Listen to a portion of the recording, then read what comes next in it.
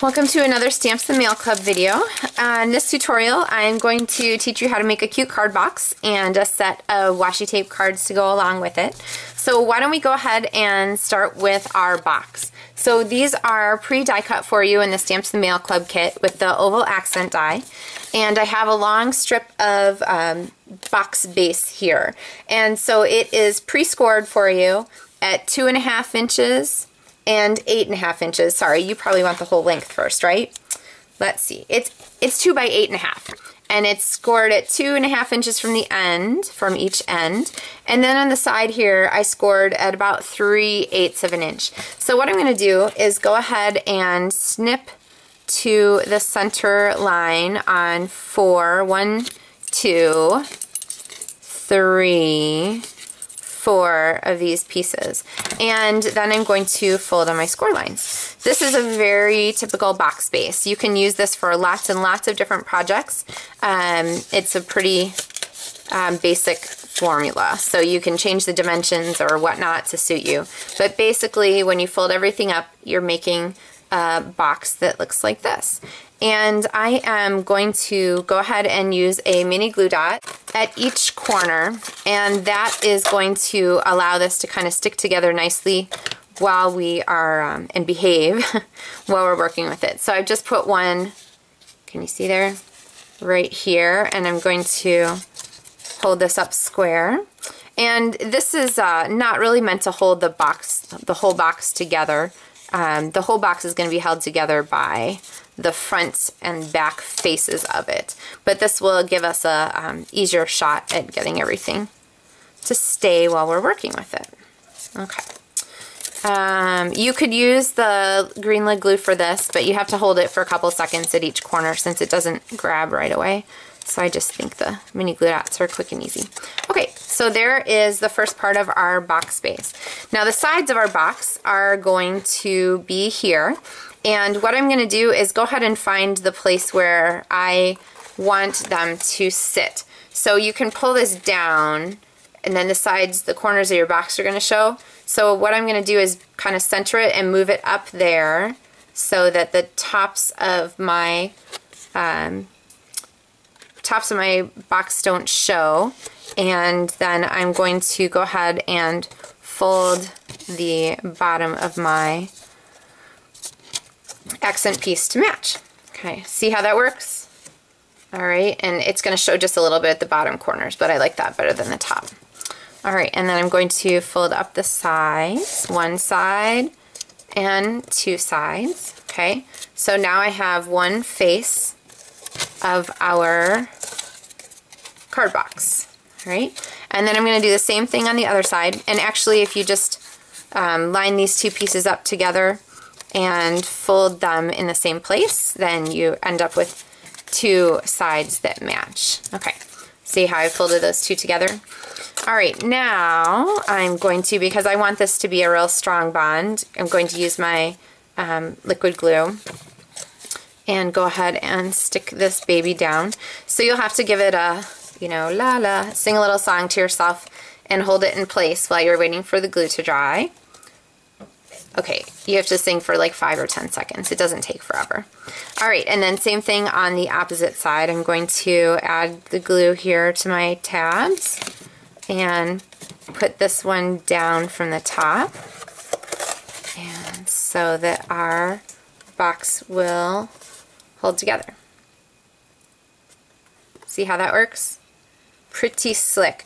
That box base is a great shape. You can do anything you want for the front and back. You could even do just like plain squares or rectangles, but this oval accent die is just a fun shape to be working with. Okay, so once you have that, there is a long strip of gingham garden paper, and I like to kind of crease my edges just a little bit before I add my glue. Alright, so now I'm going to go ahead and add some green lid glue to this box piece. And belly bands are super cute way to dress up pretty much anything, a card, a scrapbook page, a box. They're just cute. Alright, So I have that wrapped around, and now where it crosses in the middle here, I am going to cover up because why not? And so I have a pre-punched scallop circle. It's the 2 3/8 inch one. I will go ahead and put this right over the center of our box, and then I have a pre-punched circle here. This is the 1 3/4 inch one, and I'm just going to go ahead and stamp the flower spray from So Very Grateful right there in the center of it. And then this I will apply to the center of our box. Now I have a piece of flower here that is done with coloring with washi tape. So basically you're going to stamp and put washi tape over your stamped image and then cut it out. That one didn't match, in case you didn't catch that. And then I'm going to go ahead and take this and stick it down. And you can either match up your design or you can do something extra. So this one doesn't really match up with the design, so I'm just going to stick it off on the side there. But it kind of gives you a fun extra dimensional element. So there is our card box. And then you're probably wondering what's going to go in that. Well, cards, right? That's what I just told you. So I have 3 pieces of Island Indigo cardstock, which is a perfect match for Gingham Garden. And each of these have a layer of Daffodil Delight that's sized to go on the front. And then a layer of Whisper White.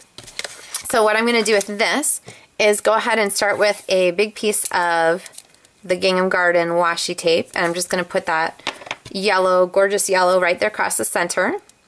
And then I'm going to take a piece of the pink Gingham Garden washi tape and I'm going to line this up right next to it so they're exactly abutting. And then I'm going to take my last one, which is this fun floral pattern, and put it down here at the bottom.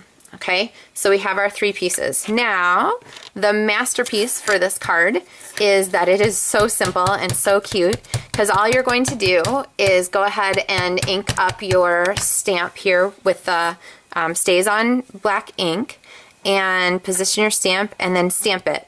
And I'm going to push a bit harder than I do normally so that I get a really nice dark image. Then I will grab my greeting and grab a greeting here to add down at the bottom. And that is a really fun way to go ahead and stamp on washi tape and get some extra color to your image, especially when maybe you didn't want to, spend the time to watercolor all those flowers. So I'm going to go ahead and remember, always squish it from the back side.